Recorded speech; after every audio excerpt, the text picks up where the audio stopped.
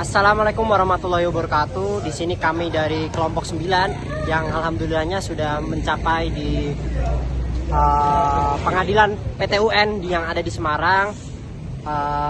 Oke, boleh perkenalkan. Saya Dusan Mahendra Yuda dengan digit terakhir 823. Saya Fahmi Hidayat dengan digit terakhir 763. Saya Kurnian Anda Pratama dengan 3 digit terakhir 172. Saya Muhammad Mufid Alamsyah dengan yang 3 digit terakhir 169. Baik, mungkin kita akan sedikit menjelaskan kesimpulan sidang yang sudah kami ikuti. Sikat. Di sini kami mendapatkan perkara nomor 62 tentang objek sengketanya, yaitu permohonan pembatalan sertifikat hak milik. Kalian ya. Baik, di sini kami mendapatkan nomor perkara 62. 62. Betul, 62. 62 yaitu tentang objek sengketa permohonan pembatalan sertifikat hak milik yang menjadi sengketa di Kelurahan Kutoarjo. Saya Kutoarjo. Ya, Kutoarjo. Ya wes. Kecamatan Kutoarjo. Ya, oke. Gomblang Kami. apa? Goplang. Doblang itu rumahnya lurahe. Betul. Karena memang kalau misal di PTUN sendiri kita akan mencari kebenaran formil, bukan kebenaran material, perbedaan secara perdata. Siap, Iya, Bram. kuali. Sorry, Bos. Karena yang tadi disebutkan siapa? Materi.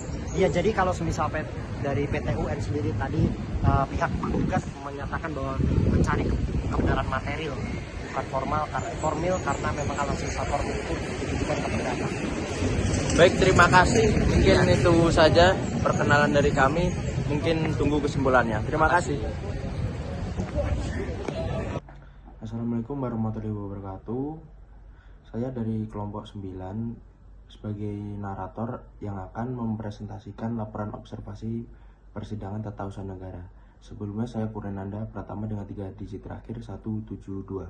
Pada kesempatan ini kami mengobservasi perkara nomor 62 /G/2025 Petun Semarang yang disidangkan di Petun Semarang. Perkara ini menarik karena melibatkan sengketa pertanahan dan adanya pihak ketiga atau pihak intervensi. Baik, kita masuk ke segmen 2 yaitu kronologis.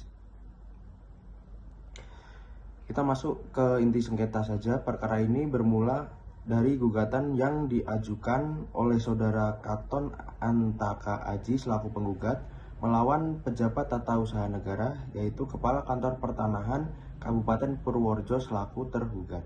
Pokok permasalahan dalam kasus ini adalah terbitnya sebuah keputusan tata usaha negara berupa sertifikat hak milik atau SHM bernomor 4437 yang terletak di Kelurahan Kutoarjo, Kecamatan Kutoarjo, Kabupaten Purworejo. Sertifikat ini memiliki luas 779 meter persegi dan diterbitkan pada tanggal 21 Januari 2014. Dalam petitum atau tuntutannya, penggugat meminta majelis hakim untuk menyatakan batal atau tidak sah sertifikat tersebut.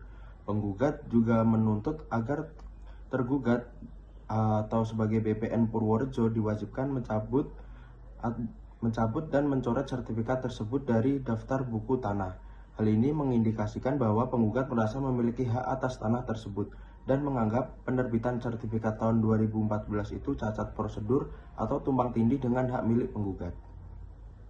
Namun perkara ini menjadi menarik karena menyangkut hak milik pihak lain. Di dalam sertifikat nomor 4437 yang digugat tersebut tercantum nama 7 orang pemilik, yaitu Sri Widiati, Syafsivi Dwi Gandini, Agustri Cahyono, dan kawan-kawan. Karena kepentingan hukum mereka terganggu akibat adanya gugatan pembatalan ini, maka ketujuh pemilik nama tersebut masuk ke dalam proses persidangan. Majelis hakim kemudian menetapkan mereka sebagai tergugat 2 intervensi. Posisi mereka di sini adalah untuk membela diri dan mempertahankan keabsahan sertifikat tanah yang mereka miliki agar tidak dicabut oleh pengadilan. Untuk selanjutnya kita masuk ke dalam dokumentasi dan kronologis persidangan. Berdasarkan data SIPP dan observasi kami, berikut adalah alur persidangan yang telah berjalan. Untuk yang pertama yaitu pemeriksaan persiapan dilakukan 3 kali pada bulan Agustus 2025, yaitu tanggal 14, tanggal 21, dan tanggal 28 untuk memperbaiki gugatan. Yang kemudian putusan sela yang dilakukan pada 4 September 2025. Majelis Hakim mengabulkan permohonan intervensi dari Sri Widiati dan kawan-kawan untuk bergabung sebagai tergugat 2 intervensi. Kemudian yang ketiga, proses jawaban tergugat, replik, dan duplik dilakukan secara elektronik atau e-court sepanjang September 2025. Kemudian yang keempat yaitu pembuktian.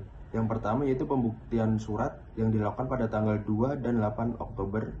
Kemudian pembuktian saksi yaitu 15 Oktober dan 29 Oktober. Kemudian pemeriksaan setempat dilakukan pada 17 November 2025 di lokasi tanah Kutoarjo untuk memastikan batas fisik objek sengketa. Kemudian yang terakhir, kesimpulan dan putusan. Kesimpulan diserahkan 3 Desember 2025 dan pembacaan putusan dijadwalkan 16 Desember 2025. Kemudian kita masuk ke dalam analisis hukum acara. Yaitu analisis pertama kami menyoroti aspek krusial dalam petun, yaitu tenggang waktu menggugat sesuai pasal 55 Undang-Undang Petun. Fakta hukum menunjukkan bahwa objek sengketa sertifikat nomor hak milik 4437 diterbitkan pada tahun 2014, sedangkan gugatan baru didaftarkan pada tahun 2025. Ada selisih waktu sekitar 11 tahun. Secara teori, batas waktu menggugat adalah 90 hari sejak keputusan itu diterbitkan atau diketahui. Oleh karena itu, dalam persidangan ini, beban pembuktian ada pada penggugat. Penggugat harus mampu meyakinkan majelis hakim bahwa ia baru saja mengetahui keberadaan sertifikat tersebut, kurang dari 90 hari sebelum gugatan didaftarkan. Jika tidak bisa dibuktikan, maka gugatan berpotensi tidak dapat diterima karena batas lewat waktu. Baik, kemudian kita masuk ke dalam analisis kedua, yaitu analisis kedua berkaitan dengan masuknya pihak ketiga atau intervensi. Pada tanggal 4 September 2025, Majelis Hakim menjatuhkan putusan sela yang mengizinkan Sri Widiati dan kawan-kawan masuk sebagai tergugat 2 intervensi. Langkah ini sudah tepat secara hukum. Mengapa? Karena nama-nama mereka lah yang tercantum di atas sertifikat yang ingin dibatalkan oleh penggugat. Ini adalah bentuk perlindungan hukum bagi pihak ketiga yang kepentingannya terganggu jika sidang dilanjutkan tanpa melibatkan mereka. Maka putusan pengadilan akan melanggar asas audi ad alteram partem atau hak untuk didengar keterangannya. Kehadiran mereka penting untuk mempertahankan hak milik mereka agar tidak dicabut begitu saja tanpa pembelaan. Kemudian analisis ketiga yaitu urgensi pemeriksaan setempat. Selanjutnya mengenai pemeriksaan setempat yang dilakukan pada tanggal 17 November 2025 dalam sengketa pertanahan di Petun, hakim tidak hanya memeriksa validitas dokumen administrasi, tetapi juga kebenaran material, fisik, fakta secara fisik. Pemeriksaan setempat ini vital untuk memastikan 3 hal. Yang pertama, apakah tanahnya benar-benar ada. Yang kedua, apakah batas-batasnya sesuai dengan gambar ukur di sertifikat. Kemudian yang ketiga, siapa yang secara fisik menguasai tanah tersebut saat ini.